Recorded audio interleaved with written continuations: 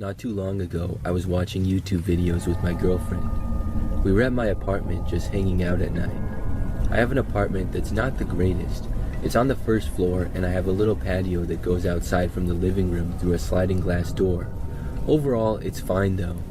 So like I said, my girlfriend was over and we were just sitting on the couch watching TV.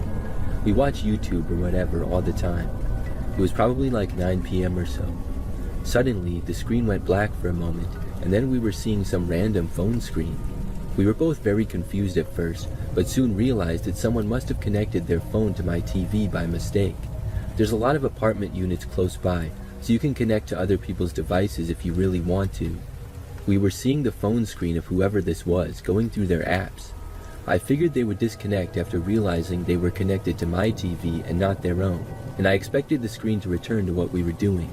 In the meantime though, I was kind of interested to see what this person was doing, so I didn't bother to get up and turn off the TV or anything.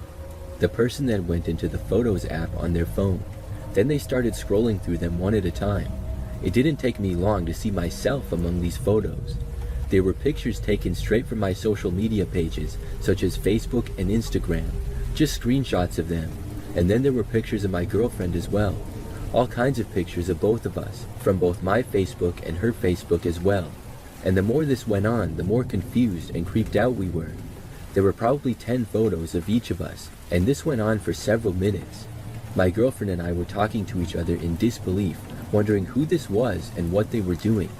Then, just like that, their phone disconnected. My TV returned to its home screen, and I was left wondering what on earth had just happened. But less than 5 minutes later, as my girlfriend and I were talking to each other trying to figure out what was going on, there was suddenly a knock at my apartment door. I rarely get anybody knocking on the door, so as soon as it happened we both stopped talking instantly. After a moment, I got up and walked over to see who was there. When I got there, I didn't see anybody. I was even more paranoid now. I figured whoever had connected to the TV had just knocked on my door. We were very confused, and eventually sat back down on the couch and tried to forget about it. We went on the YouTube app again and tried to play a video to take our mind off of things. Meanwhile, my sliding glass door in the room was mostly covered by blinds, but there was about 2 feet at the end that wasn't, as they weren't closed all the way. A few minutes into watching YouTube again, and I saw something out of the corner of my eye. You couldn't really see anything outside with some light being on in the apartment and it being dark out. But I did notice that someone was really close to the window in the opening of the blinds. I looked closer and the person came closer. Then I realized that there was a man wearing a black ski mask with his face right on the other side of the glass, looking in. My girlfriend noticed him just after me and screamed. She got up and ran out of the room, as I stood up and backed away in shock. Then, very quickly, the masked man turned and ran off into the night. I went over and closed the blinds entirely. Then I made sure that every door and window was covered and locked and all that. I was very paranoid for the rest of the night, but nothing else happened. And since then, there have been no other occurrences like that. It could have just been an elaborate prank, but that was a little bit far to be taking things in my mind. And I also have no idea who would do that kind of a prank to us. My girlfriend and I still get a little bit worried that something like that might happen again when we're at my place at night. And we also have no clue who it was that could have done it. I'm just hoping that they don't return.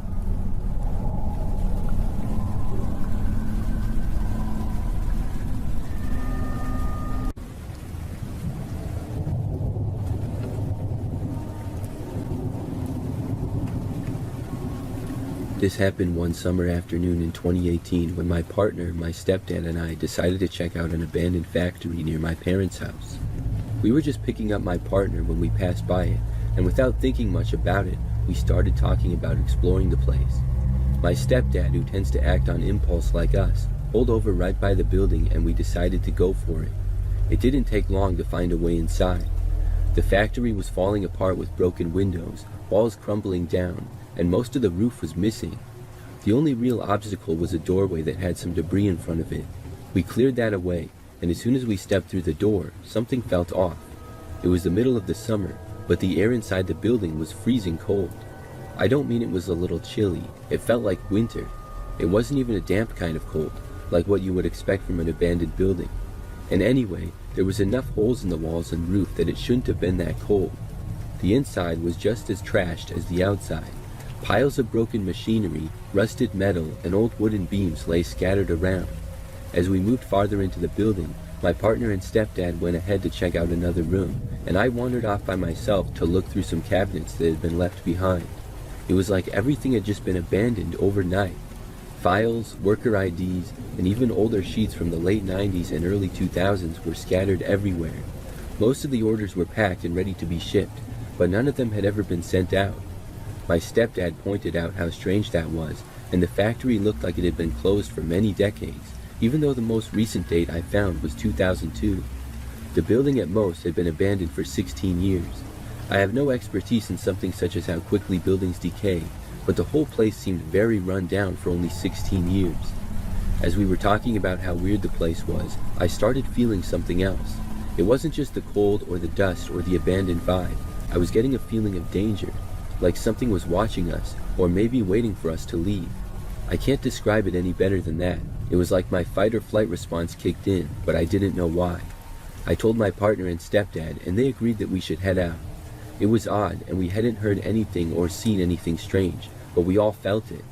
We made our way back to the car, and just as we were pulling away from the building, my partner and I both noticed something. In the doorway we had just come through, standing there, was a figure.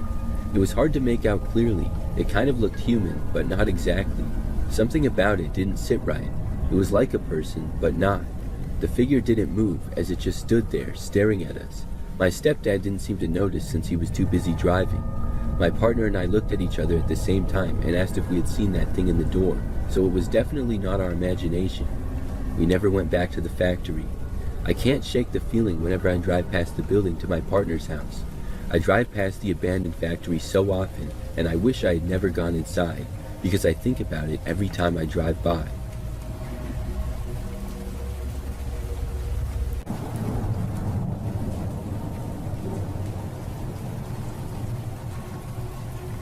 I have a horror story from Snapchat that happened just last year. I use Snapchat quite a bit and communicate with friends on there a lot. I post stories pretty frequently as well. I've had Snapchat for almost 10 years and over time have accumulated lots of friends on the app. When I post a story, sometimes friends will reply to them and say whatever. Now, starting last year, every time I posted a story, this one guy would seem to reply to it. I didn't really know who he was, but his name on Snapchat was Dave. I don't have any idea when exactly he added me or anything, but he would say things that were sort of creepy. Like one, for example, that stood out was when I posted a picture of my new apartment. The picture was just of like the living room and kitchen. He responded saying, "I wish I knew where you lived." It was almost like he was trying to be weird. I never bothered to delete him or anything because I didn't think it was too much of a problem. He never snapped me outside of responding to my stories, but eventually I got tired of it and deleted him. I didn't really think anything of it after doing so. But the next day, a new account added me on Snapchat. I didn't know that it was him making another account. I added him back out of curiosity because I had no idea who it was. Then, he sent me a snap asking why I deleted him. I then realized who it was and then deleted that account. Not too long after that, he tried to add me again with another one, but I did not add him back. He was using different usernames, but I knew that it was still him. The very next day, I got a text on my phone from a number that I did not recognize. It just said, "Hi," and I asked who it was. It took until like the third text for me to realize that it was the same guy. He started cursing me out, calling me terrible things, and was clearly very angry how I kept ignoring him. I blocked the number after he sent me about 20 texts in the span of 2 minutes. However, this couldn't stop him either. As most of you know, there are apps and websites where you can get new phone numbers for free. I've really never used one, but I know that they exist. I'm guessing that's what this guy was doing, because I got another text a while later. It was very clearly still him. I blocked this number too. Then, a while later, there was another new number. This time, though, he left a voicemail. I listened to it, and the man sounded much older than me. He basically called me every name in the book and then threatened me. I blocked his number. This continued for several days. I tried to ignore it as best as I could and just kept blocking his numbers.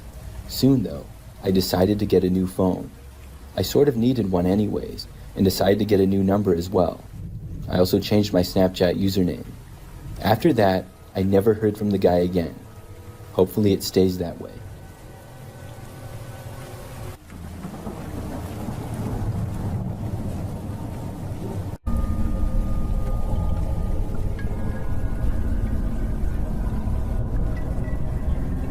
I live alone in a house and I've lived here for 2 years now. This is an event that took place several months back and is still very fresh in my memory. So it was nighttime and I was alone in my house and in my bedroom. The house is not very large and my room is on the ground level. As I was watching TV and sitting on my bed, it was starting to get late and was maybe 11 or 12. Because it was late, things were very quiet aside from the volume on my TV, which was not that loud. All of a sudden, I heard this noise from the back end of my house. It sounded like maybe from the backyard, and it seemed like somebody had hit a back window. Before I could compute what was going on in my head though, I heard glass breaking. The sound was coming from the same area. Then I knew that somebody was breaking in. My first reaction at that point was to run to my bedroom door and lock it, which I did. I heard whoever had gotten in the house was still at the back side of it. Then my next course of action was to dial 911. I went over and located my phone, which was also on my bed. I quickly scrambled to dial for the police. Then I went to the back corner of my room. As soon as someone answered the phone, I said that my house was being broken into. I gave my address, but I spoke as quietly as I could. I didn't really hear anything during that time as far as where the intruder was, but maybe 30 seconds later, I heard the footsteps approaching the hallway where my bedroom is. Then, moments later, they arrived right outside my door. I muted the phone and tossed it aside in a panic. I didn't want them to hear me. Then the intruder tried opening my bedroom door. That got me really scared because I had hoped that maybe they wouldn't want to be seen. I felt like they knew I was in here, but possibly they just wanted to see what was in the room. Maybe they just wanted to steal stuff. But now they were coming straight for me. After the door did not open from being locked, I heard a loud man's voice. He yelled for me to open the door now. It was very angry, and of course, I was not going to do that. After a few seconds, he banged on the door very hard 2 times. At that point, I just wanted to get out of there. I debated trying to open my bedroom window and jump out of it, or I could look around and see if I had anything to use as a weapon. I didn't really have much of anything though. I was heading over to the window and the guy started to walk away. Then I stopped. If he was leaving, I didn't want to run into him out of the house. I wasn't sure where he was going though or what he was doing, but I was just moving off of instincts at that point. My mind barely was even thinking at all. I don't even know how long this went on, but I was basically just pacing around and listening for the man. I didn't really hear much though. After I have no idea how long, I heard my back door opening. Then, probably like 30 seconds to a minute later, I heard noises out front. I still thought that it was the man, but it was actually the police. They came inside and I finally left my room. After searching the house, the man had left out the back door just a short time earlier. Some other cops searched the neighborhood and were able to find the man. He was caught just a block away, which made me feel 100 times better. I didn't know who he was or why he chose to break into my house. I'm really glad that my bedroom door had a lock on it though. If not, I'm not sure what would have happened.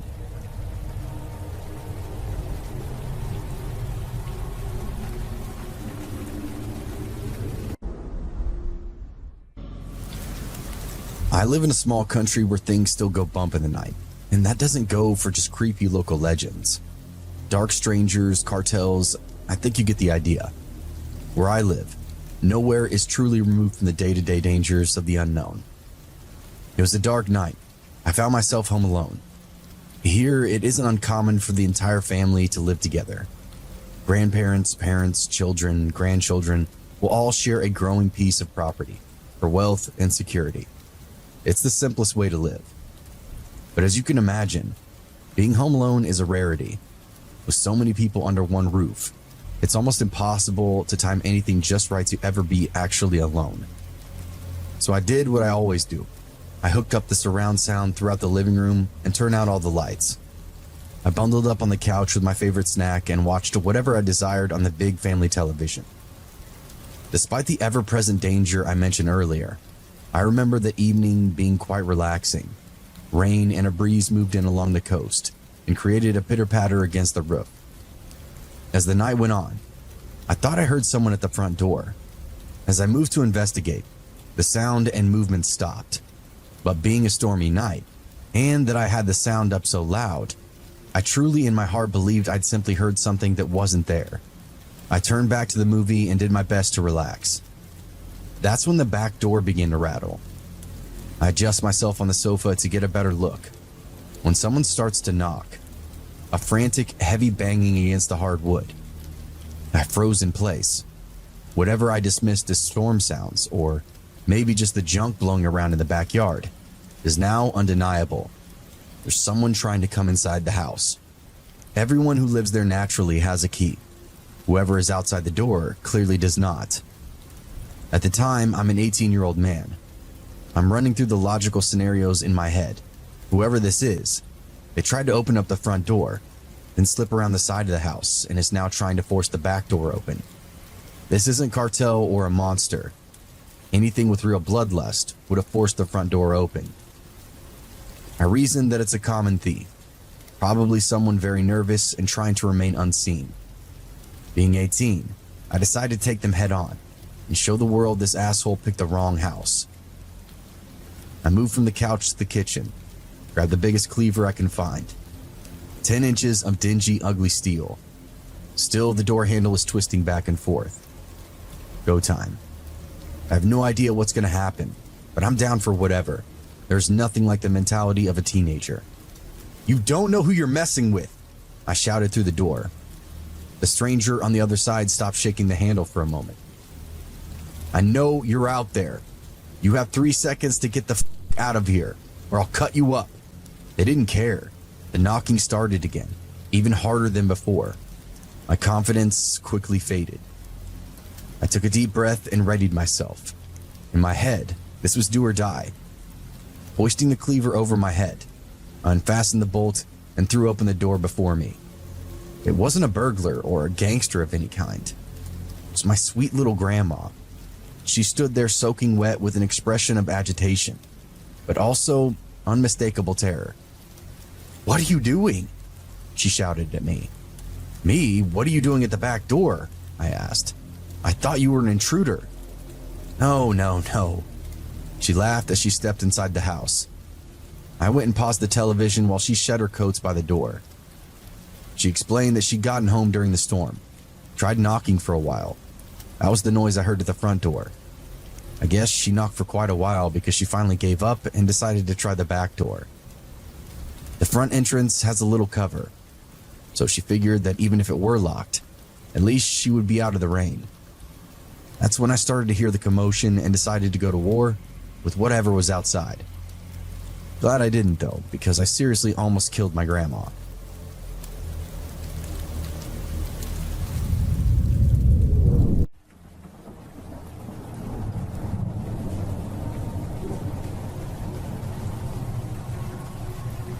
This happened just last summer. I live by myself in what I would describe as a typical apartment. I have one bedroom, a bathroom, kitchen, and living room pretty much. It's inside of a building in a fairly large apartment complex. So one night, I worked sort of late into the night at my job. I was really tired from the long day and pretty much just arrived home, took a quick shower, and went to bed. That was around midnight. However, I woke up at roughly 4 o'clock in the morning. Obviously, I wanted to get more sleep, but I was wide awake. I was also very thirsty and felt dehydrated. Sometimes, mostly in the summer, I wake up in the night because of dehydration, and obviously on this night I had worked late and not been able to drink as much. Then usually I drink some water and feel better immediately and then go right back to sleep. But some of the times when I wake up, I'm wide awake and can't go back to sleep right away. And this was one of those times. So what I usually do when that happens is get up and go into the living room and watch TV until I get sleepy again. That might be 15 or 30 minutes usually. So that was what I did on this night. I got out of bed, drank some water, immediately felt better, and then sat on the couch and turned on the TV. My couch is to the right of the front door to the apartment, about 20 feet away. I remember that when I sat down, I glanced over and happened to notice that my door was actually unlocked. I realized that I somehow had forgotten to lock it. Normally, I always remember, but I guess I forget sometimes. I went over and locked the door and then went back to the couch. I started watching TV and waited for myself to feel sleepy again. I was flipping around the channels for maybe 5 minutes when suddenly I heard a noise. Obviously, it was very quiet other than the noise from the TV, but the sound I heard was somebody trying to open the front door to my apartment. I really couldn't believe it, and I had no idea who it could be. I sat and listened, but didn't hear anything else. Then, after a moment, I got up and I walked over to the door. I looked out of the peephole, but nobody was there. Then I opened up my apartment door and looked into the hallway. That's when I saw him. There was a man wearing a hooded sweatshirt walking away from me down the hallway. He was mostly looking down at the ground, and then he went to another door and tried opening it, but this one was also locked. I watched him go to another door and try that one as well. Apparently, he hadn't noticed me opening the door. I didn't know who this guy was, but he was seemingly trying to get into any apartment. As he reached the end of the hallway, he suddenly looked behind him and then he saw me. When he did, I quickly closed the door. I was afraid that he would come back, but he didn't. Soon after, I went back to bed. I'm really glad that I woke up when I did that night and locked my door, or who knows what could have happened.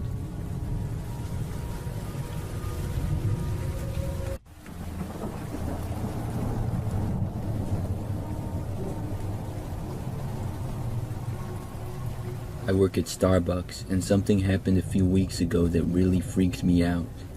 For a little background, I'm an 18-year-old female and have worked at Starbucks for about 6 months. So I was working until close one day, and I was behind the counter making drinks for most of the time. For much of the shift, I was kept pretty busy. I didn't really notice many of the people that would be sitting around inside. Our location is large enough that there's a good amount of tables and seats. It's fairly popular for people to bring their laptops and work and things like that. At one point, I noticed a few of the people sitting around. One of them was this guy sitting alone at a table on his laptop. He was probably about middle-aged, had dark hair, and was wearing a blue jacket. When I noticed him, he was staring at me. He didn't look away though when I saw him. I had to look away because it was weird. But then I just kept working and I didn't think about the guy or look over in his direction anymore. Hours later though, when things quieted down significantly, I was not quite as busy. At that point, I noticed the very few people that were still inside. I think there were just 2 or 3 people sitting around. One of them was the same guy from earlier, and when I noticed him, he was staring at me again and once more did not look away. It was almost unsettling how weird it seemed to me. I also thought that it was weird at first how he had been there for so long, but I guessed it wasn't that strange for people to work all day in a coffee shop after all. As we approached closing time, it was now just me and another coworker. The other customers soon left, but the man remained. The closer it got to closing time, the more nervous I was. Was he just going to keep sitting here past close? Thankfully, with about 5 minutes left before we closed for the night, I saw him getting up to leave. Then he walked out the door, and I felt better. I stayed for a while longer until I was good to go. After I left work, I just drove straight home that night. The Starbucks is in an area with lots of other stores and restaurants right nearby, and it's always kind of busy over there. I live with my parents at their house, which is about a 10-minute drive from the Starbucks. So I drove home and then went inside. It was probably like 9 p.m. by that point. I just remembered that maybe about 10 minutes or so after getting back, I noticed this car parked on the side of the street outside. It was pretty much across from our house and the engine of the car was running. What was strange is that it's pretty unusual for cars to be parked on the side of our street. It's not really in the city and everybody has large driveways. I saw the lights to the car turn off and I just decided to go over to the window and look at it. When I got closer, I noticed that there was somebody inside the driver's seat. It looked just like the same guy who had been at the Starbucks staring at me. At first, I thought that I was paranoid thinking about the guy and there was no way that it was really him. But then he looked over at the house. I saw him for like a second and then I quickly ducked down so that he wouldn't see me. I realized in that moment that it was for sure the same guy. This kind of freaked me out because of course I wondered if he had somehow followed me home or something. I went away from the window and I didn't want him to see me or anything. But a short time later, my curiosity got the better of me and I went back. Not only was the car still there, but the man was still in the driver's seat and appeared to be looking at me. I moved away from the window again and found my dad, who was thankfully still up. He decided to go outside and confront the man. However, as soon as my dad left the house and began to walk towards the car, it quickly drove away. I figured that was pretty incriminating and that he probably wasn't just there because he was lost or something. Since then, I have not seen the man. not in my neighborhood and not at Starbucks, and I'm really happy about that. I'm hoping that I never see him again.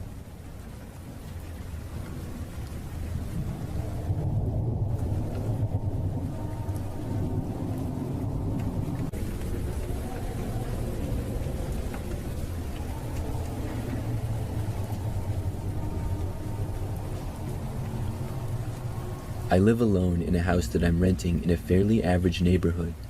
I moved here last year and something really crazy happened shortly after. So it all started one day when I noticed this car parked a ways down the street. It was across from my house and a little ways down. It sort of stood out because it was a red car, so it got my attention. I went outside to get my mail at the end of the driveway, and I remember that as I did, I noticed that there was a man in the driver's seat of the red car. I found that strange because I had noticed the car out there like an hour earlier. So had he just been sitting in the car the whole time? When I saw the guy, he was not looking at me but looking down at, I'm guessing, his phone. I just casually turned around and then walked back inside of my house. It didn't seem like too big of a deal to me or anything. So as it got later, the sun started to set. I was passing by the front of the house and I noticed the red car was still there. But also I could see that the man was still in the driver's seat. And then I saw that his driver's window was down and he appeared to be taking a picture of my house or something. His phone was out and sort of pointed in my direction. I didn't think that he could see me or anything, but I moved away just in case. Several minutes later when I looked, he was finally gone. It was a pretty weird thing, but he was gone now, so I figured that was that. As strange as it might be, I just hoped that he would never return. But I was wrong. 2 nights later, I was at home by myself, and it was much later at night now. I didn't have work the next day, so I was staying up pretty late. I was in my bedroom and I heard the sound of a loud bang coming from the back door. I got up and was instantly thinking that someone was trying to break in. After leaving my bedroom, I started to head towards the back door, but slowed down. I heard another loud bang and looked around to see if I had any kind of a weapon. I really didn't though. Maybe I am unprepared, but I just never thought that somebody would try to break into my house. I then heard whoever it was trying to open the back door to the house. Thankfully, it was locked. I went over and looked out of a window. I just barely saw what looked like a man there, but I couldn't really make out any details. Everything was happening so fast. For some reason, I did not call the police right away. Looking back, I don't know why. You would think that would be the first thing to go through my mind in that situation, but I guess you never know how you will react in certain situations until you get in them. So anyways, there I was at the back door with some guy trying to get in. I got this crazy spontaneous idea and took out my phone. No, I still did not dial 911. Instead, I went to YouTube and looked up a really loud and annoying alarm sound. I clicked on the first video, and thankfully I forgot to turn my volume up because an ad started playing. Then I skipped the ad and turned my volume all the way up and hit play. The annoying alarm started blaring, and thankfully it worked. The guy at my back door stopped trying to break in and he moved away. He then went back around the front and left my property. Then, after I calmed down a little, I finally came to my senses and dialed the police. They came out and looked around and saw some slight damage to my back door. I filled out a report and then the police left and said they would look around for the man. However, he was never found to my knowledge. I believe that it was the same man who I had seen days prior. I don't know for sure, but those 2 suspicious situations seem to be linked to me. Thankfully, nothing like that has happened since.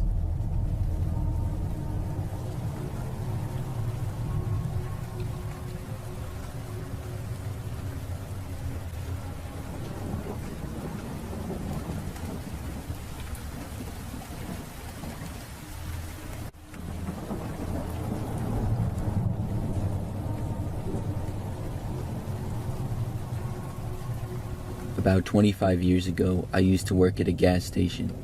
It was one that was somewhat off a country road and only like 5 minutes from where I lived. I would work the overnight shift because the station was open 24 hours. This is something that was both creepy and easy typically. There wasn't a whole lot that had to be done overnight. The store part of the gas station was pretty small.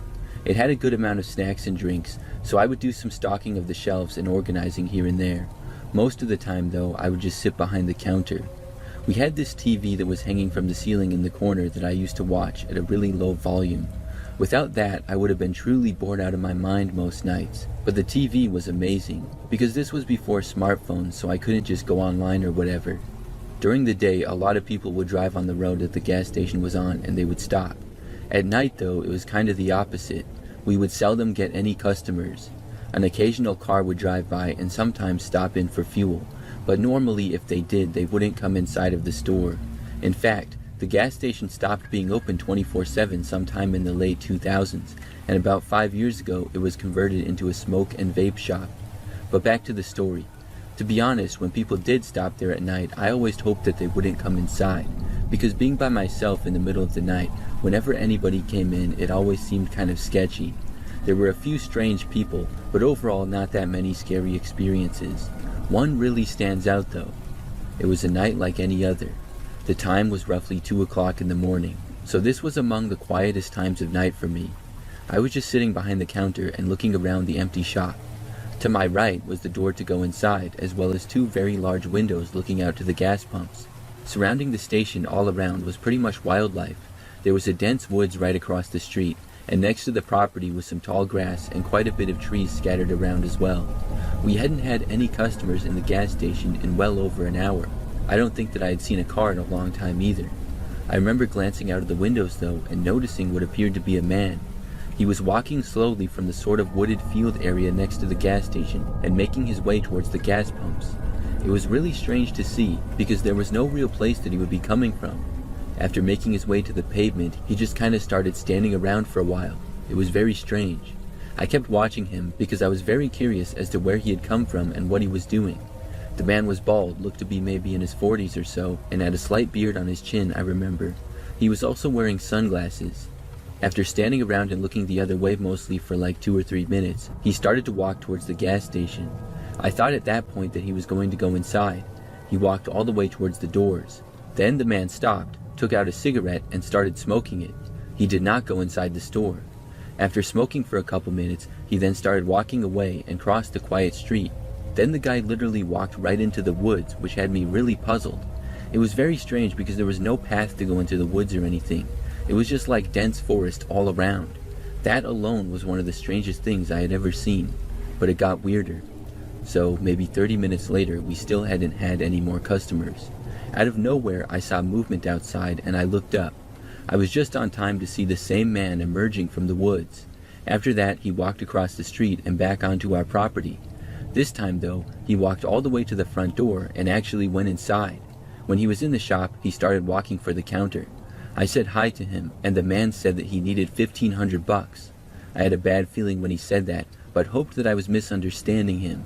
I asked what he meant. The man then demanded that I give him $1,500. His voice was now angry. I looked at him, and he wasn't holding any kind of a weapon or anything, but he was leaning in fairly close. I didn't know if he had one on him, but I always kept a bottle of pepper spray just behind the counter in case. When the man demanded it again, he leaned towards me even closer and shouted.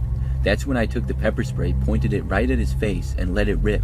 The man was instantly blinded by it and moved backwards. He grabbed his eyes, and I yelled at him to get out of the store and that I was calling the police. The man backed away and thankfully left.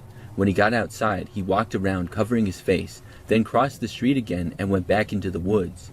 It was very weird. I kept an eye out for the rest of my shift, but I didn't see the guy again. In fact, I never saw him for the rest of the time that I worked there. It was one of the weirdest situations I've ever had.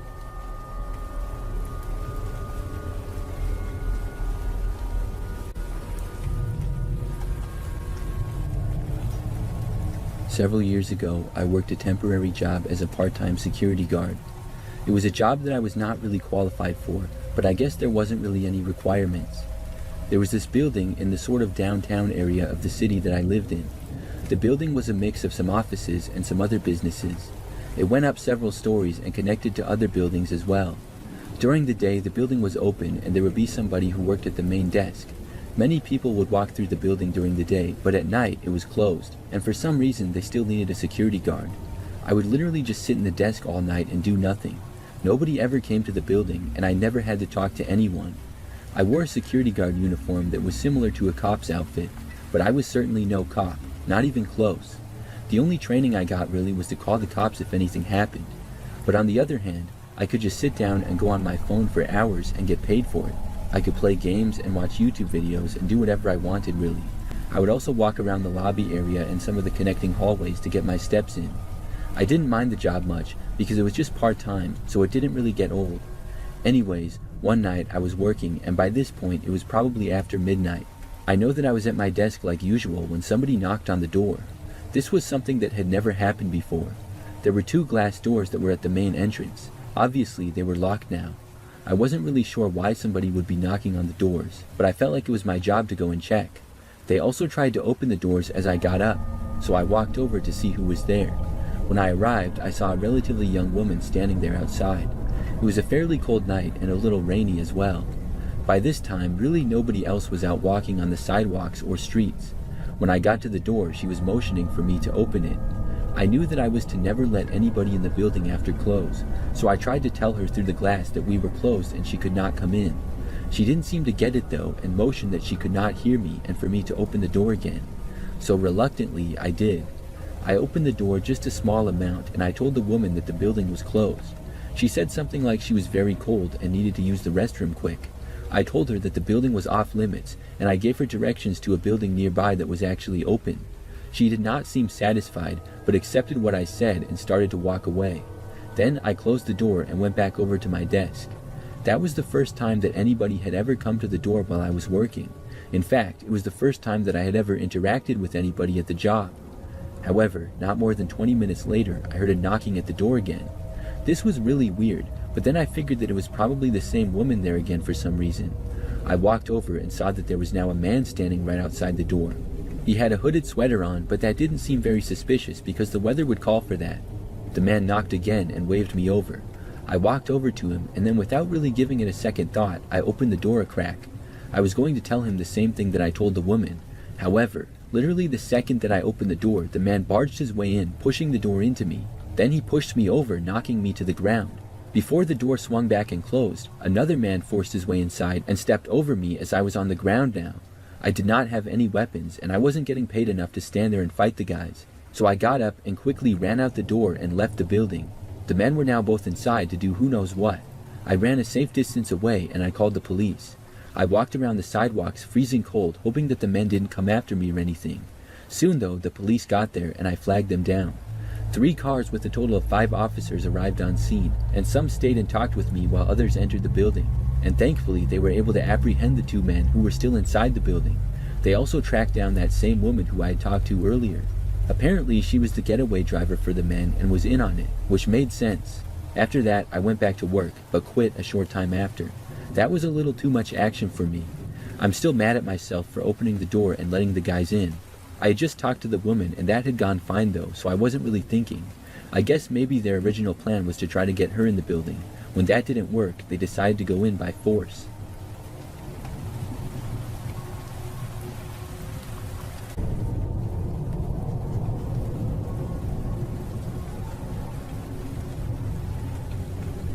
When I was in college during my junior year, I lived in a house with another guy. His name was Sam, and we had met the year prior in a class project. I had a good amount of friends in college, but I wasn't able to find a good living situation, because for a while I didn't know if I was going to be transferring schools or staying. I ended up staying, which I was happy about, but I was kind of late to find a place for the following year. It was pretty much a situation where I would have to live in the dorms again. But then the guy I had a class with kind of randomly asked me if I knew where I was living, and I said no. So he told me that he needed a roommate for a house that he was living in. I pretty much said yes right away. I felt like I had gotten lucky at the situation, and I didn't know Sam very well other than the class that we had together. We had never hung out or anything, but I figured that it would be fine. So the house was pretty small and old, but other than that it was better than the dorms. It had an upstairs with 2 bedrooms and a bathroom. Then downstairs was another bathroom, a kitchen, living room, and a dining room. After moving in, things started out fine. I didn't really do much with Sam, we mostly kept to ourselves, but I didn't have a problem with him at all, and he was cool. However, several months into living there, some strange things started happening. One night, I remembered that I heard a door keep opening and closing downstairs. It was really weird. It was like it kept opening and then closing right away non-stop. It creeped me out, so I got out of bed and went to look. By the time I got downstairs though, nobody was there. It was so weird. I went back upstairs and Sam's door was closed, so I assumed he was asleep. I didn't know how to explain the noise, but I was able to go back to bed a while later. Now, like a week or so after that, I remember that I was woken up to the sound of somebody knocking on my bedroom door. I thought that it had to be Sam, obviously. After waking up, I asked what he wanted, but he didn't answer me. I got up and went over to the door and opened it, but nobody was there. It was really strange. Then, later on, one time when I was doing homework late at night, I heard footsteps downstairs. I assumed that it was Sam, but then he texted me asking if I was downstairs. When I said no, he said that he heard someone down there. I did as well, and it really creeped me out. So I remember that we both went downstairs and looked all around, but didn't find anyone. It was really strange, and we even considered calling the police, but decided not to. So some really weird things had been happening around the house. I talked with Sam for a while about it, and he claimed that he had heard some strange things too. Then things got even worse. One night I heard a loud banging on my bedroom door. It was like somebody was trying to break the door down. I didn't want to open it, but it wasn't locked or anything. After it stopped, things went quiet for a while. Then I finally went over and looked. When I opened the door, nobody was there. It was very strange how all these weird things were happening. I didn't even want to live in the house anymore. Then, one night shortly after that, I got added on Snapchat by a guy from our school. I knew him because he was friends with Sam, but I wasn't really friends with him. After adding him back, he texted me and asked me if strange things were happening in our house, and I said yes. The guy then told me that it was all Sam. He said that Sam had told him how he pretends to make the house all scary. He said he did that because he thought it was funny and he didn't like me, and he also hoped that I would get scared and move out. Apparently, this guy had had a falling out with Sam for some reason, and they were not friends anymore. So now this guy wanted me to know the truth. He also said that he had even helped Sam once. I think it was the time when we both heard somebody downstairs. Anyways, I was shocked to hear it, and I wasn't sure if I should feel better or worse about this. I decided to confront Sam about it the next day. At first, he denied it, and then he tried to play it off as a joke. We argued briefly, and then we went our separate ways. For the rest of the time that I lived there, I barely spoke to Sam at all, but also nothing else strange happened.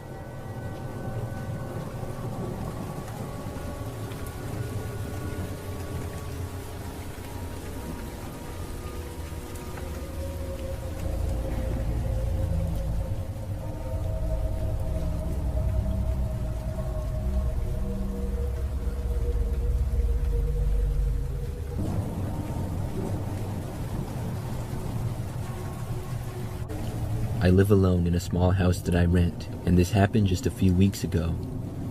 So, one night I was watching TV by myself in the living room. I was sitting on the couch and just having a relaxing night. For some context, the living room is at the front end of my house. My couch is against the large living room window which looks out to the front yard. So, as I sat on the couch, the window was directly behind me. It's a very long window that stretches across much of the room. There are curtains on each side that can be closed, but to be honest, I'm too lazy to close them most of the time. So when I go to bed, I just shut the lights off. So there I was, sitting on the living room couch and watching television. Out of nowhere, I heard a knocking coming from right behind me. Somebody was knocking on my window. It really startled me, and I quickly looked back. When I did, I saw this man standing there in the bushes. He was right on the other side of the glass, like 3 feet away from my head. The man was wearing a sweatshirt and a jacket as well. Both hoods were up far, covering most of his face. It was a kind of rainy night, but this still looked super suspicious. I really couldn't see the guy's face at all. Plus, it was really dark out there. The more suspicious thing, though, was that he was standing in my bushes and knocking on my living room window. My house was not super close to the street either. You would have to walk through the whole front yard to get to it. After seeing the guy, I got up from the couch quickly to put some distance between us.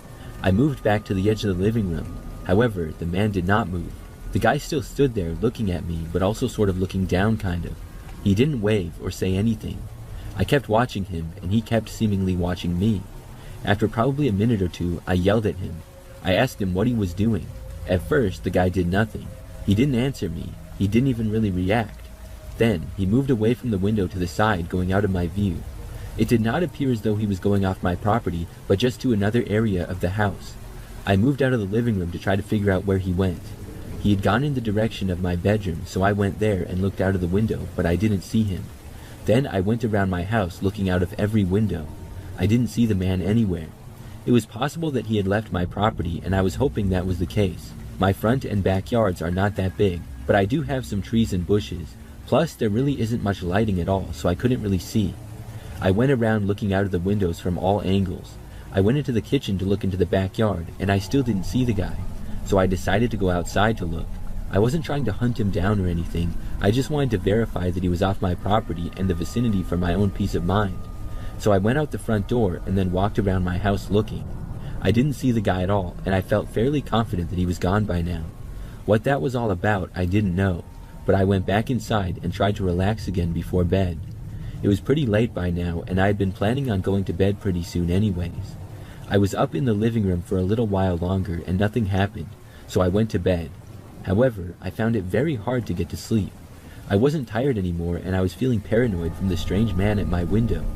I laid there in bed for probably 30 minutes trying to fall asleep.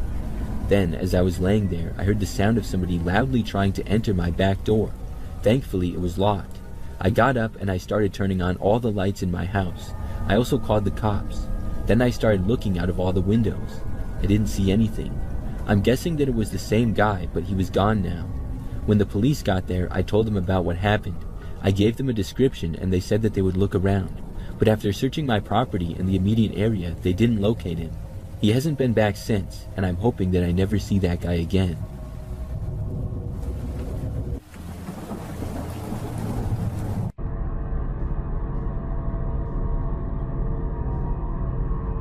Back in 2014, I joined a Facebook group that was started specifically for people who are from the town I grew up in Southern California. The whole group shared memories of the town, and everyone seemed nice, except for one person. There's always at least one asshole. This guy got on the bad side of one of the admins, whose name was Robert, and ended up being booted from the group. I'll note that I was in my mid-30s at the time, and most of the members were at least 20 years older than me. Robert was approaching 60, and was married with children who were about my age. Robert took a liking to me. Since he was married, I didn't think his friendship would go any further than that, but I was mistaken. He said that I was a down-to-earth girl and was easy to talk to. He and I exchanged phone numbers, and he would message me quite a bit. However, Robert took it a step further and found out where I lived, my landline number, and my mother's address in California. He had a subscription to one of those sites that contain information on people, their age, phone numbers, possible relatives, previous addresses, etc. He found out through Facebook when my birthday was, and he sent me flowers. I thanked him, but I started to get suspicious. His behavior was becoming alarming. He started complaining that all his wife wanted from him was his pain pills and money.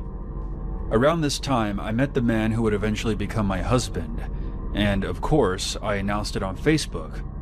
Robert went into a ballistic rage upon hearing this, saying that I should have known that he was in love with me. I told him, "You're married. Why are you in love with another woman?" He began texting me at least 10 to 20 times a day, going from calling me hateful names to profusely apologizing. I blocked his number, so he started blowing up my landline. Most of the time I kept it unplugged, so I didn't get most of the voicemails that he would leave. One day, out of curiosity, I did listen to some of the voicemails I got. In one of the messages, he claimed that I owed him $13,000. He then started making threats about how he would come to where I lived and would also pay my mother a visit.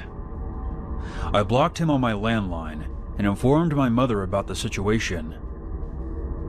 Robert got clever and started texting me from random numbers located all over California.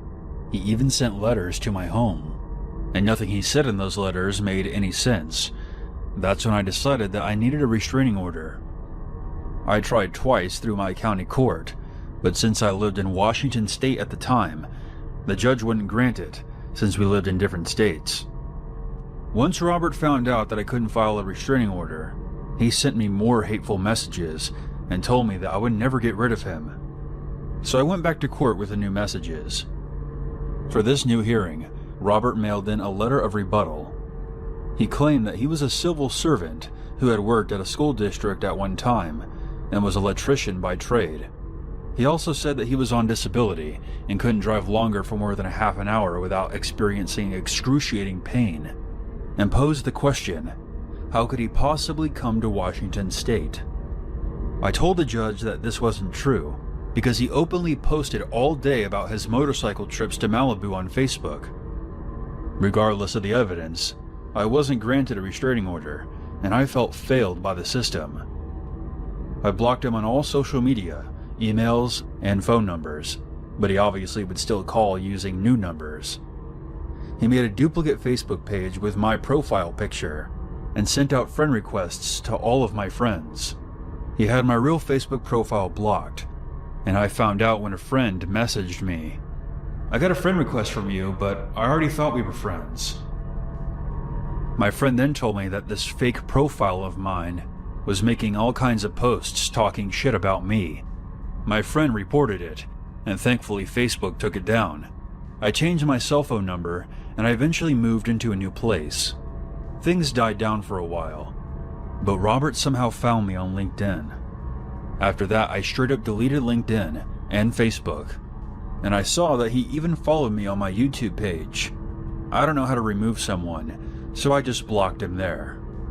To wrap up this insane story, I've included a couple of recordings of the messages he left. And you can unblock me and respond to me, please. Would you consider doing that? That's the Christian thing to do, don't you think? Please, I'm not playing around. Bye.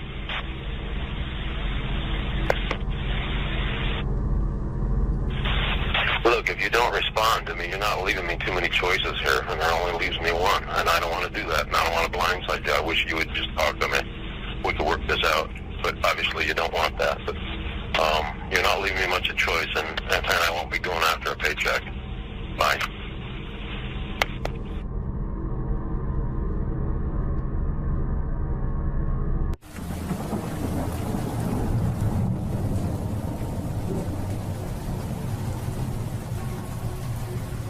This is a story that took place back when I was a kid.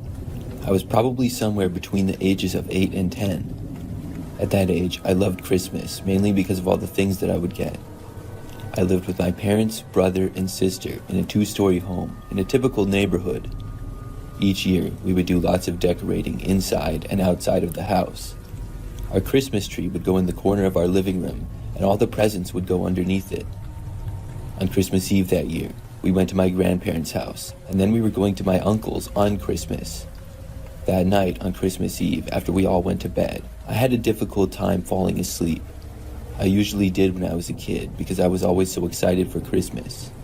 I finally was able to doze off for a bit, but woke up sometime later when it was still the night. I remember just turning over to try to go back to sleep, but then I thought I heard a noise. It sounded like it was coming from downstairs. My bedroom was the closest to the stairs, and even I could barely hear it. I looked at the clock, and it was 2 a.m. I didn't know why anybody would be up at this hour. Being that young and a curious kid, I decided to go and look. I left my bedroom and then walked a few feet to the railing of the stairs that overlooked the living room. I looked down, and everything seemed normal. All of the lights were off, but the lights from the Christmas tree and the few other decorations were on, so I could see a little bit. I looked down at the tree for a little while longer. It was very large, and we always got the biggest tree that we could find. But then I saw somebody come out from behind the tree. It wasn't my dad or brother, but a random guy that I didn't know. As soon as I realized that it was a random guy, I turned and ran. I went to the end of the hallway where my parents' bedroom was. I woke them up and told them that there was some guy in the house. I remember that my dad got up to look. He came back a short time later and said that he saw somebody leaving the house through the window. The police were called, and when they got out to our house, searched all over our property. They didn't find the guy, but they did find that our window was broken. None of us had heard it break, so the guy must have quietly done it somehow. It was a living room window that was broken, and I think that I saw him not long after he got in the house, because nothing was even stolen. I think that he either saw me or heard me, and that scared him off. I'm just really glad that he didn't try to come upstairs or anything. It still really freaked me out knowing that somebody broke in. It took me a long time to be able to fall back asleep, but eventually I was able to. That was by far my craziest Christmas experience. Nothing like that has happened since, much less on Christmas. I still don't know who the guy was though, and why he chose our house. I also don't know if the police ever found him.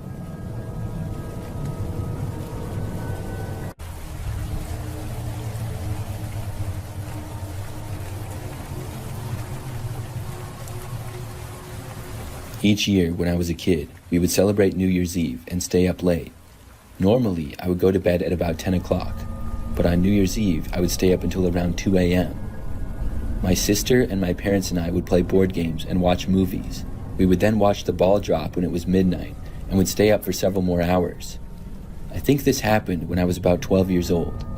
That time, like any other, we played games and watched a couple of movies.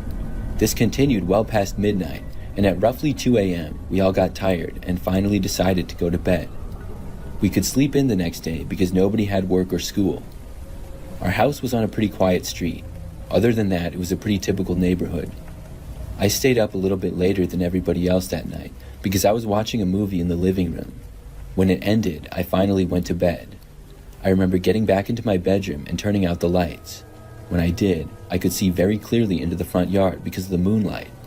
There was a woman standing in our yard. She was not facing me, and I didn't recognize her. I walked over to the window, and when I did, the woman turned and faced me. She saw me and then started to walk closer into my direction. This really creeped me out. Nobody was supposed to be in our front yard.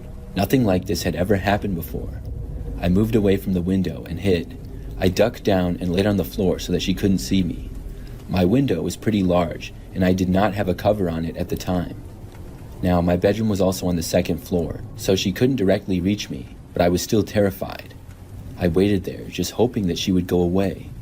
A few minutes went by. Then I heard something hit my window. I wasn't sure as to what it was. I started watching my window, and something else hit it. The woman was throwing sticks at it. She was trying to get my attention, and I don't know why, but I got up. I carefully looked out of the window again. The woman was still there and looking right up at me, this time closer. She said something, but I couldn't hear her. Then I saw her motioning for me to let her inside. I was not going to do that. She then walked to the side of the yard near the front door. Then she knocked on the front door. I didn't move. I was hoping that my parents or sister would wake up. I didn't have the thought to call the police for some reason. It just never entered my mind. The woman knocked on the door on and off for like 5 minutes. Finally, she walked away. I watched her from the window walk to the end of the driveway and then a little ways down. She then got inside of a vehicle and drove off. The whole situation was really bizarre, and it really confused me. The next morning, I told my parents about it. They had no idea what she could have been doing either. Luckily, though, she never came back.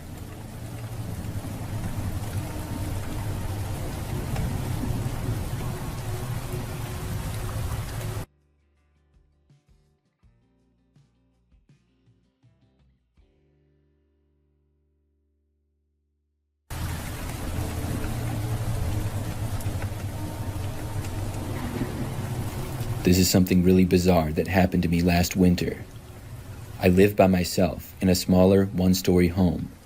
The neighborhood that I live in is somewhat typical. However, I know most of the nearby neighbors pretty well and get along with all of them. Last winter, we got a pretty bad snowstorm at one point. It was over a weekend, and it started one night at roughly 5 o'clock. The snow was supposed to last until early the next morning, and we were going to get several inches of it. Everything was normal other than the snowstorm, and I went to bed at about 11 p.m. and then woke up the next morning at probably like 7:30 or 8.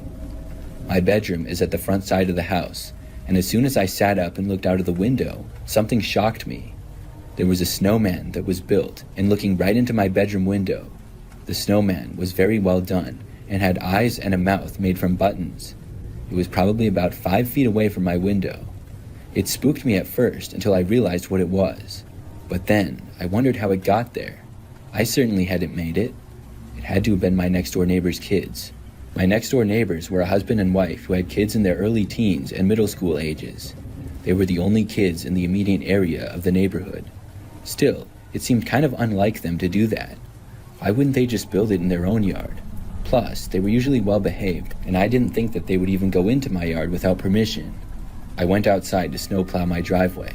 When I got out there, I saw my next-door neighbor. His name is Todd, and he was already out using his snowblower. I walked over to him at the end of the driveway and waved. He stopped his snowblower and said that I had a nice snowman in the front yard. I told him that I didn't know how it got there and asked him if his kids had made it. He said no. He told me he had been inside with his kids watching a movie the night before. He assumed that I had made the snowman. We just joked about it after that, though. It was a pretty funny thing, but also a little bit strange. After that, I finished clearing my driveway and went back inside. The temperatures that we were having were in the high 20s all the way up to the mid-30s. This created good snowball or snowman snow. Fast forward to the next morning, I woke up and then went into the kitchen. The kitchen is at the back side of my house, and there's a window out to the backyard. When I looked out of it, there was another snowman. It hadn't been there the day before, and it was facing the back window, looking right at me just a few feet away. Somebody had made another one. This one, like the first, was very well made, but unlike the other one, it had some different props. Instead of just having a face made out of buttons, it had a gardening shovel used as its hand, and it was made to look like it was holding a pitchfork. I realized that the shovel and pitchfork had come from my garage. I went outside and then went to the garage. The back door was left open. Nobody was inside of it though. I was really creeped out now. Somebody was going into my yard in the middle of the night and making snowmen. This time they had entered my garage. I had left the door unlocked by accident, and I made sure to lock it. When whoever it was made a snowman in the front yard, I thought it was funny. But now that it was in the backyard and they went inside of my garage without permission, this was too far. Still, I had no idea who was doing it. At night, I never heard or saw anything. That night, I even looked out of the windows multiple times before going to bed. I didn't see anybody though. The next morning when I got up, both of the snowmen were destroyed. They were just gone and nowhere to be seen. Somebody had tore them down. I was really weirded out by the whole situation. After that, there were no more strange occurrences though. No more snowmen and no more strange things happening. I still wonder to this day who did that.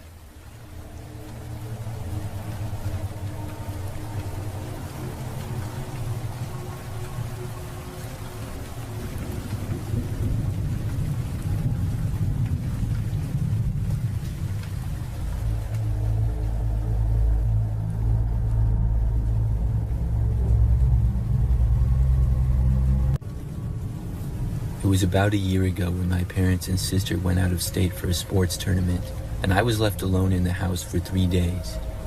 I'd never been home by myself for that long, and I thought it would be nice to have some peace and quiet. The first night went by without anything out of the ordinary. I watched a couple of movies, made some popcorn, and went to bed around midnight. I didn't think much of it when I woke up in the middle of the night with an uneasy feeling. It was not anything specific, just a weird sense that someone was watching me. I shrugged it off and went back to sleep. The next day, everything seemed fine. I spent most of the time inside, just relaxing and watching more movies. By the evening, the feeling started to creep up again, like there was someone there, even though I was alone. I checked the house to make sure that all the doors and windows were locked, and everything looked normal. I even walked around the yard for a bit to see if anybody was outside, but I didn't find anything. By the time the third night rolled around, I was starting to get a little jumpy. I woke up again between 2 and 3 a.m. and I heard footsteps outside. It wasn't anything loud, just faint footsteps like somebody was walking on the gravel path outside. My heart started to race a bit, but I convinced myself it was probably just an animal, maybe a raccoon or something. But I couldn't shake the feeling that I wasn't alone. I couldn't fall asleep again, so I grabbed my shoes and flashlight, and I went outside to check things out and ease my mind. I walked around the house, shining the flashlight around, but there was nothing. I was starting to feel stupid about going outside alone in the middle of the night when I heard something from the woods behind the house. It was faint, but it sounded like a branch snapping, like something was walking through the trees. I don't know what made me do it, but I walked towards the sound. As I got about halfway from my house to the edge of the woods, I heard a loud, blood-curdling scream. I don't know if it was an animal or human, but it's a wild area behind my house, and it could have been a fox or a mountain lion. Either way, I freaked out, ran inside, and locked all the doors and windows. I peered through the curtains, trying to see if I could spot anything or anyone. I opened the curtains to a man standing close to the window, staring directly at me. As soon as he saw me, he turned and sprinted towards the woods. I didn't sleep for the rest of the night, so I stayed up and watched more movies, and thankfully nothing else happened that night. When my parents came back the next day, I didn't tell them what happened. Since then, I've been home alone 5 more times, and I've never seen the man again. I don't know what he was doing and if the scream I heard was related to him or not, or just a coincidence from an animal, but it was a scary night.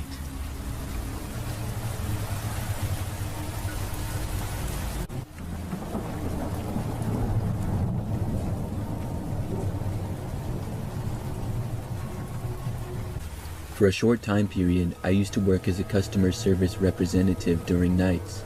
It was a job that I did from home. I would work my normal job during the day and then work the night shift at home taking calls. I had a guest room in my apartment that I worked out of, and it was normally pretty easy. I used my guest room as an office, and from like 8 o'clock at night until midnight, I sat at my desk with my headset and my computer. I was able to take calls, help customers for the business that I worked for, and stay at home. I was working a lot at the time to save up money, and I only did 2 jobs at once for several months. For this job though, I wouldn't be getting calls all the time. I'd get maybe like 10 a night, so there was a lot of downtime where I could just relax mostly, and I got paid the whole time, which was good. So, nearing the end of my shift one night, it was shortly after 11 p.m. This was not necessarily a quieter time, but it was just later. I found that there was about the same amount of calls regardless of the time, but on this night, I hadn't happened to get a call in a little while. So then, I got a phone call and answered, except this was not the normal customer. When I said hello, at first, nobody said anything on the other end of the phone. When I said hello again, this time I heard a man's voice start to speak. He did not sound normal though. It was like he was trying to disguise his voice or something. What he said next really creeped me out. The man told me that he was outside my apartment. I said, "Come again?" The man then said that he was right outside and claimed that he could see me. I asked if this was a prank, and he started laughing this creepy laugh. I didn't recognize the voice as anybody that I would know. I asked again why he called. The guy said that he just wanted to let me know that he was right outside my place and that I should go look. I didn't believe him at all. I said, "No, you're not." Then I hung up on him because I was not willing to play games with some prank caller. But then, moments later, there was a knock on my apartment door. Instantly, I was extremely nervous. I had truly thought that it was just a prank call, but now it didn't seem like it. I stayed where I was in my office. Then there was another knock on the door. I decided to get up and go and see who was there. I walked over to my front door, but by the time I got there, I looked out of the peephole and whoever had been there was gone. Then I got another call. When I answered it, it was the same person right away. He gave me another creepy laugh and asked why I didn't answer the door. I asked who it was in a nervous voice, and then he hung up on me. I was so creeped out, fearing that I was being stalked or something, and I called the police. I told them what happened, and they said they would send an officer to my location. As I was waiting for them to arrive, I got another phone call. When I answered it, it was the same person, but just laughter. It was really creepy. Then they hung up again. When the police officer arrived at my apartment, I told him what happened and he looked all around the building. Unfortunately, he never located who did it.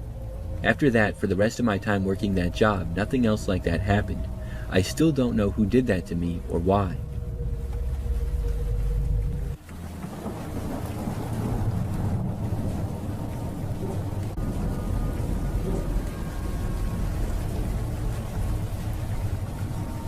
I live alone. This is something that happened just a few months ago. So my apartment is pretty standard for the most part. However, the front door opens right up to the outside and there's a small grass area there. To the right of that is the parking lot. Then there are several levels of units. Mine is on the first level. I was at home one evening after I had gotten back from work. I was in the kitchen cooking, and right in the middle of that, my doorbell rang. I wasn't able to go over to the door right away, but I stopped what I was doing and then went over there. This was maybe 20 seconds after the bell had rang. When I got there though, I didn't see anybody. I looked out the window to as much as I could see and there was nobody there. So at that point, I just went back to cooking. I didn't really know who it could be or why somebody would be ringing my doorbell. I figured that it was most likely someone at the wrong apartment though. Nothing else happened for a while. Several hours later, I was in my living room just hanging out. Then the doorbell rang again. I remembered from before and wondered if that person was back. Then the doorbell started ringing again and again a bunch of times really fast. I was so confused. I got up and started walking over to the door. In the time that I was going over there, the doorbell ringing stopped. Before opening the door though, I made it to the window and then looked outside. When I did, I was surprised to see that nobody was there again. They had been ringing my doorbell so many times in a row like they really wanted me to answer, and now they were just gone. I didn't know what to make of it. I looked around for several minutes but didn't see anyone. After that, I went back to what I was doing. I only stayed up for maybe another hour if that. Then I was tired and decided to go to bed. I started turning off the lights in my apartment, but before heading to my bedroom, I went over to the front door and looked out of the window one last time. However, this time I saw something. There was this tall and kind of thin man just standing there a few feet away from my door. He wasn't facing me, but kind of to the side. He didn't appear to really be doing anything though. The guy was wearing all black clothing and I had no idea who he was. I thought that this was maybe the person who kept ringing my doorbell. It just seemed really suspicious though. I watched him for several minutes. The man just stood there and sort of looked around. Then he started walking away slowly. He went in the grass area out front, and then he walked across the quiet street that was there. After crossing, he walked right into the woods. There was no path or anything. He just went right in, and the woods there is very thick. I was so confused and also creeped out. Since then, I haven't had any more strange doorbell rings or anything. I also haven't seen the guy, and I'm still wondering who he is and what he was doing. I'm also wondering why he just went in the woods like that.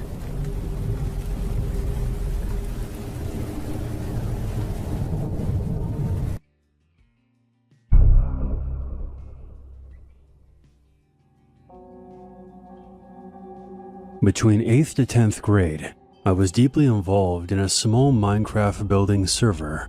The average age of the players was probably 15 to 17 years old, and we Skyped almost every day for hours.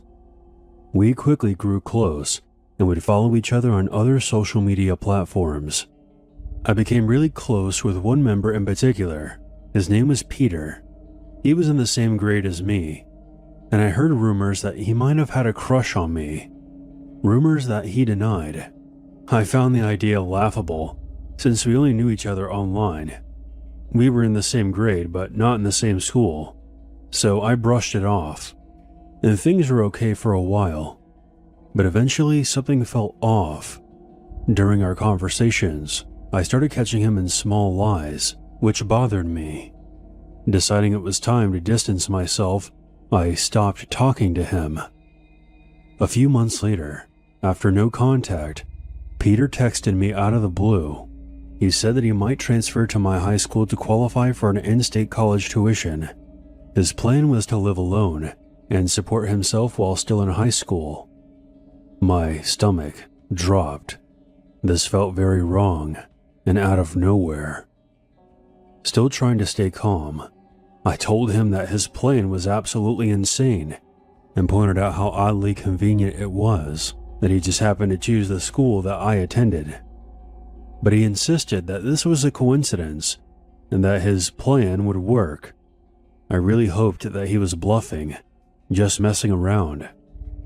But a short time later, he claimed that he had already purchased plane tickets to visit my high school and stay in my town. Fear washed over me as I realized that Peter was serious and had an unhealthy attachment to me. He wasn't bluffing. To my horror, he posted a Snapchat photo from the airport. He asked me to meet up while he was in town, but I denied. Later on, his Snapchat account showed him touring my high school, taking videos and pictures, likely hoping that I would see them. Fortunately, I was home with pneumonia that day and didn't have to face him. Over the next few days, I was on edge, terrified that he would show up at my door. Luckily, he never figured out where I lived, and eventually he flew back home, abandoning his plan. Shockingly, the rest of our online group never thought his behavior was creepy. I felt like I was going crazy for finding it severely disturbing. I hoped my rejection of the meetup and continued silence would end things. But 2 years later, after I committed to my dream college, Peter popped up again. I had, foolishly, kept following him on social media to monitor if he was ever near me. Then I saw it, a photo of him posing in front of my college's library, captioned, "Transferring here is definitely the move." I don't know if he ever did, but I never ran into him on campus. A few months later, he found out that I had a boyfriend and contacted me on Skype for the first time in 2 years. "Do you think he's going to protect you?" Out of fear, I blocked him and unfollowed him on all social media. I admit that I made mistakes back then. I was young, scared, and surrounded by people telling me this wasn't a big deal. He hasn't tried to contact me since, but that doesn't mean he isn't still watching me.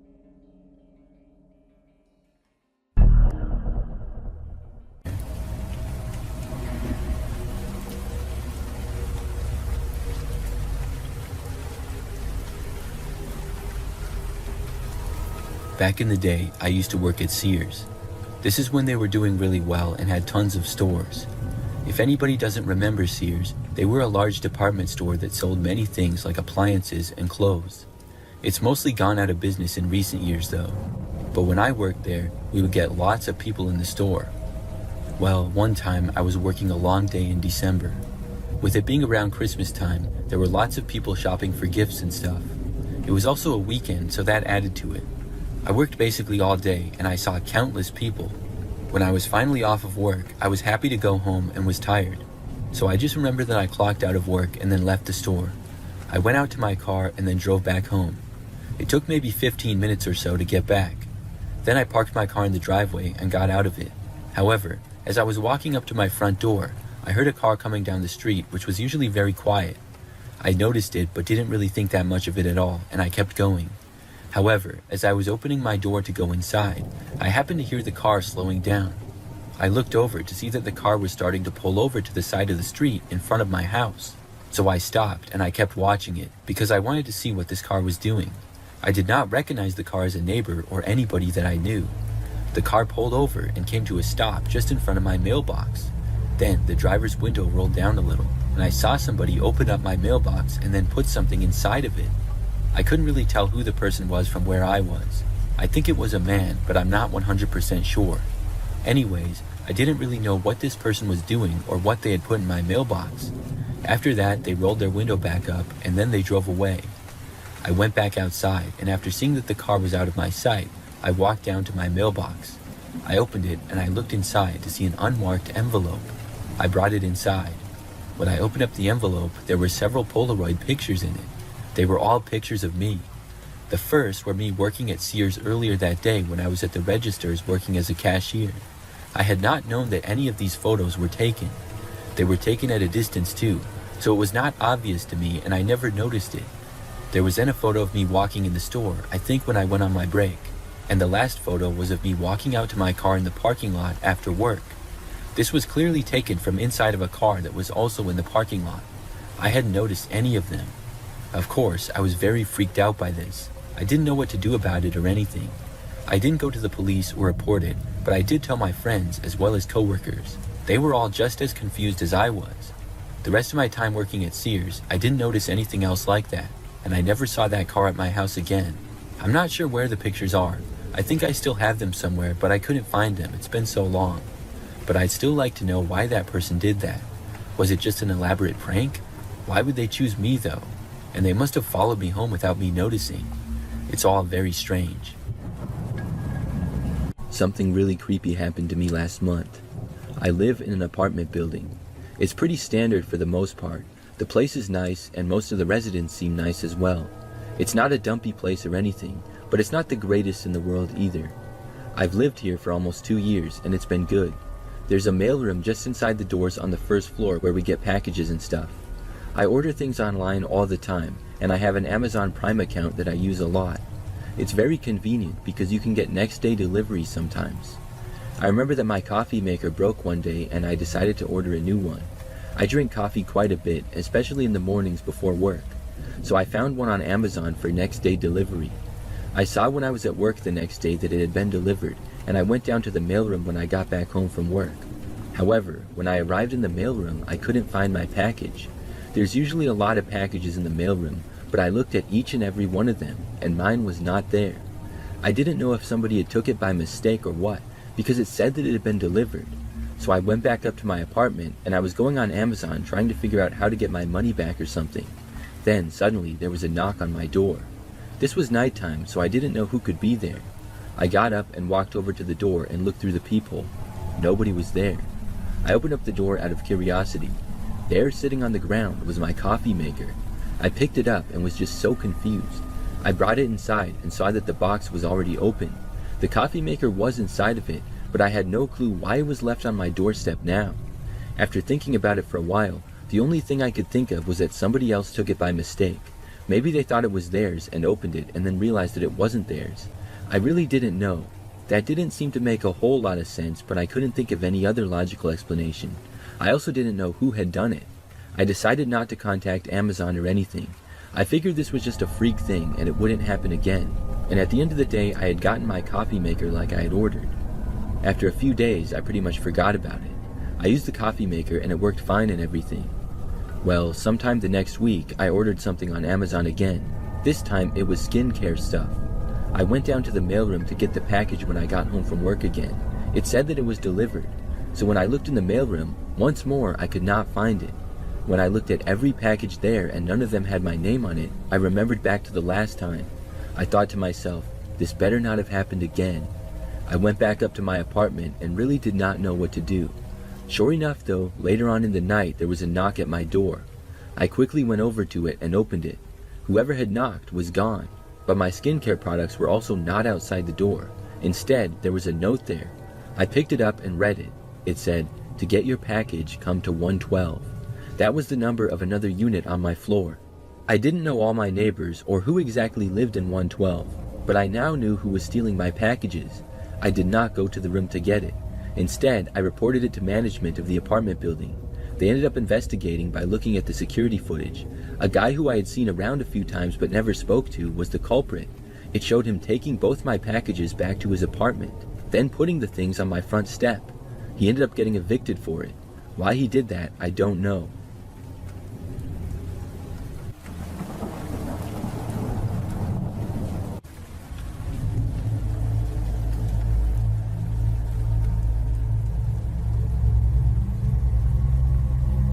So me and my friends used to have this group chat that was mostly for sending stupid memes. Occasionally we'd talk about hanging out, but it was always the same thing. People would say, "Yeah, for sure," and then never actually hang out. The group was me, Emily, David, and Ryan.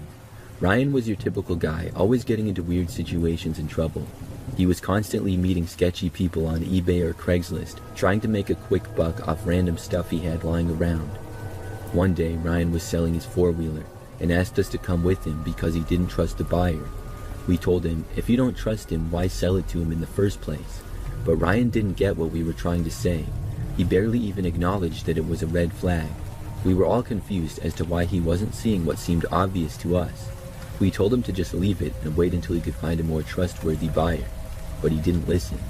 He told us the deal was on the south side of the city, which was the sketchiest area imaginable. That side of town was notorious for crime and kidnapping. That was the biggest red flag of all. None of us wanted to go, but Ryan wouldn't listen. Throughout the day, he was snapping us updates about getting his stuff ready and making progress on the sale.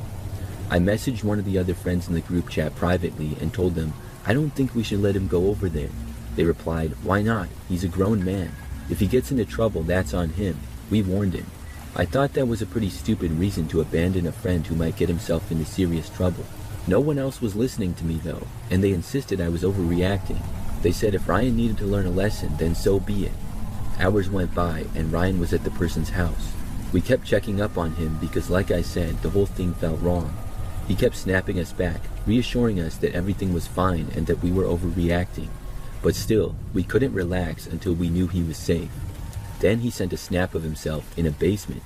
We all thought, why are you in their basement? Someone even commented, what are you doing down there? But he didn't respond, which was really odd.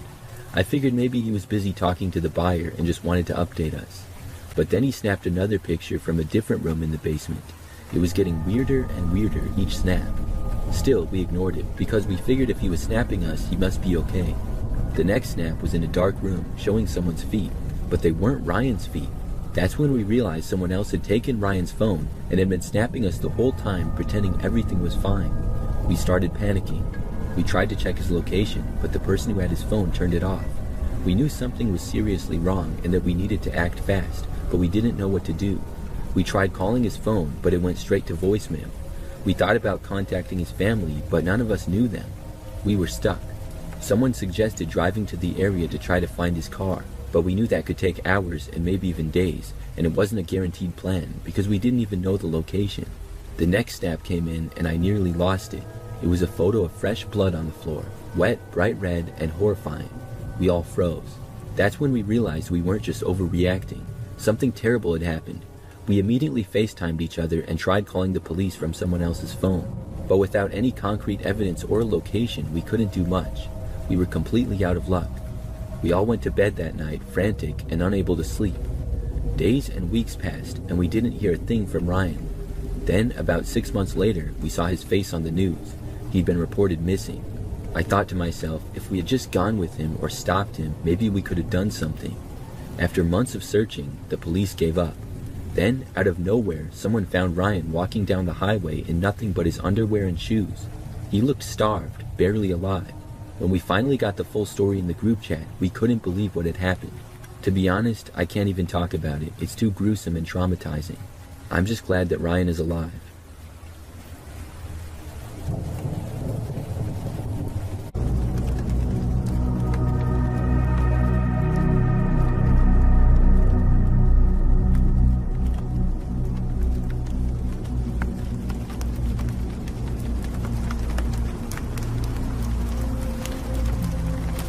My story isn't crazy long, but it's one of the wildest things that's ever happened to me.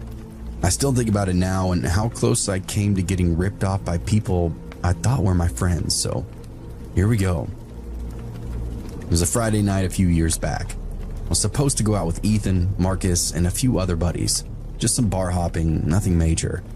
But that afternoon, I got hit with something nasty, fever, chills, full body sweats. My stomach twisted itself into knots, and the thought of even standing up, let alone drinking, made me want to puke on the spot. I shot Ethan a text and told him I'm out for the night. He hit me back with a laughing emoji, called me soft. I told him to have a drink for me and crashed on my couch, with Netflix playing in the background. I must have dozed off because the next time I looked at my phone, it was well past midnight. My fever had eased up a little bit, but my body still felt wrung out. The TV flickered in the dark, some show playing I can't even remember putting on. I barely even had the energy to sit up, so I just let my eyes unfocus, sinking in and half out of sleep. And then I heard this metallic scrape. At first, I thought it was the TV, some weird sound effect, but when I turned the volume down, I heard it again. And this time, it was followed by whispering, outside. My body went rigid, whispering. Low, hushed voices just outside my door. My mind quickly scrambled for some kind of explanation. Was it the neighbors or maybe drunk kids messing around? But then I heard that metallic scrape again, but it was longer this time, like something being dragged across my lock. My stomach quickly turned to ice. I slid off the couch, moving slowly and carefully. The TV cast just enough light to keep me from tripping as I crept towards the front room. I pressed my back against the wall near the window, took a deep breath, and then just barely peeked through the side of the curtain. Two men, dressed in dark clothes, both wearing ski masks. One was hunched over my front door, working at the lock with something thin and metallic, a lockpick. The other stood a few feet back, glancing around, shifting from foot to foot like he was really nervous. My throat locked up immediately. This ain't a prank. This is real. I stumbled back from the window and fumbled for my phone. My hands were slick with sweat as I unlocked it and dialed 911. The dispatcher answered, voice steady and professional.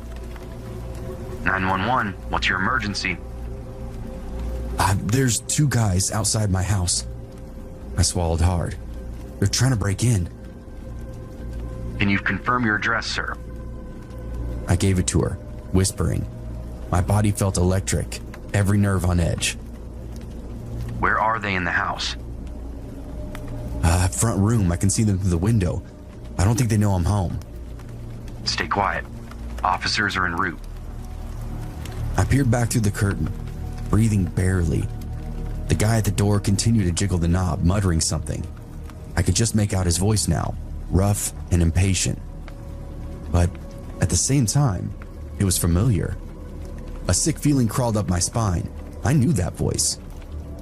I told the dispatcher, barely even believing my own words. I think I know one of them.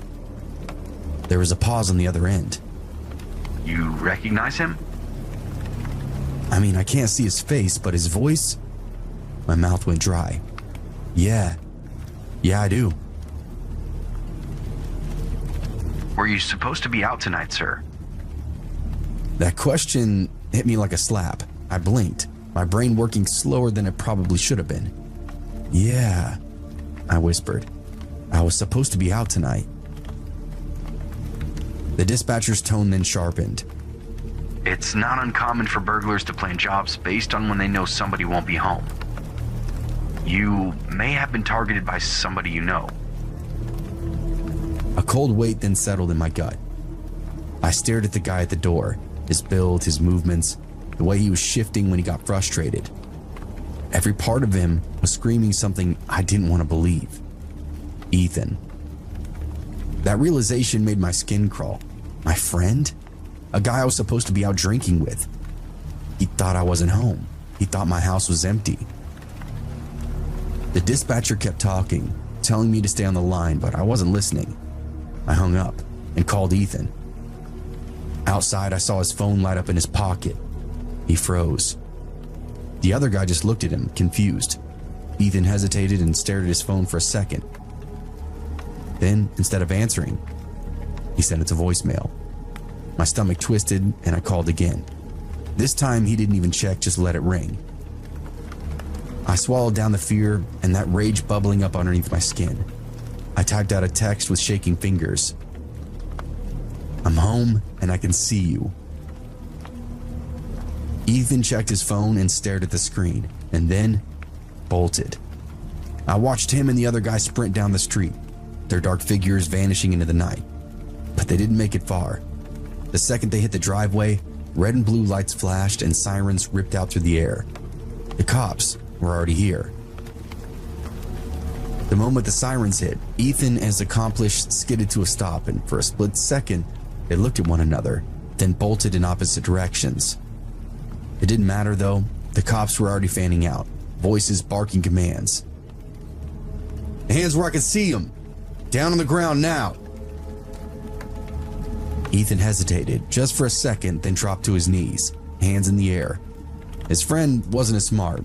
He made it halfway across my neighbor's yard before two officers tackled him hard into the grass. I stood there frozen at my window, watching it all unfold. It really didn't feel real.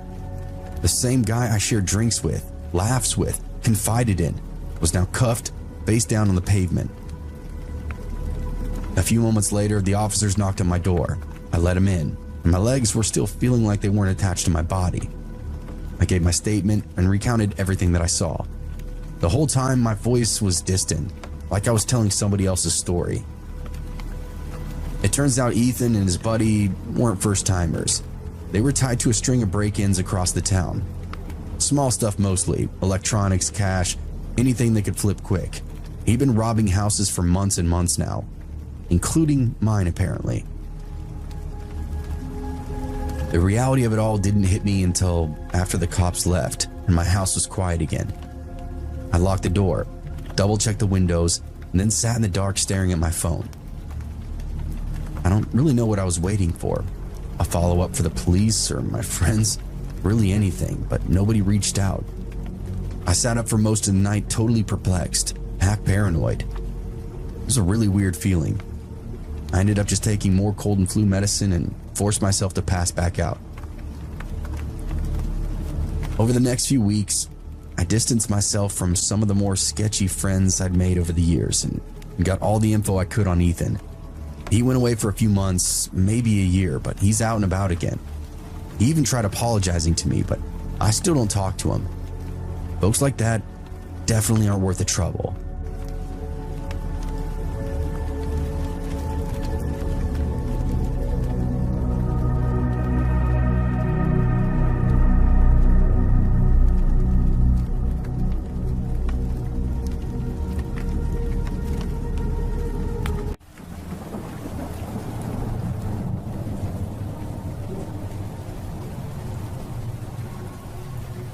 I used to live in this old apartment when I was younger.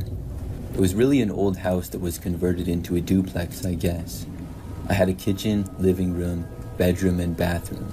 Then there was a staircase going down to a very small entryway and the door.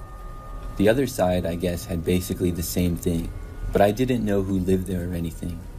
So I lived in this apartment for several months. It was cheap and pretty close to my work. Other than that, it was nothing special. I never knew anything strange to happen over the course of the first month that I lived there. I pretty much would be at work a lot, but when I was home I never had any problems. But then there were a few nights where I realized I was waking up in the middle of the night. I just know that I woke up and then went back to sleep pretty much right away one time. Then, another time, I woke up to what I thought was a noise, but I didn't hear anything more after waking up. I remember sitting up in bed and listening closely, but did not hear anything at all. So eventually, I just went back to sleep. This was strange because I normally slept really well and never woke up in the night. These were situations that I didn't even necessarily remember during the next day.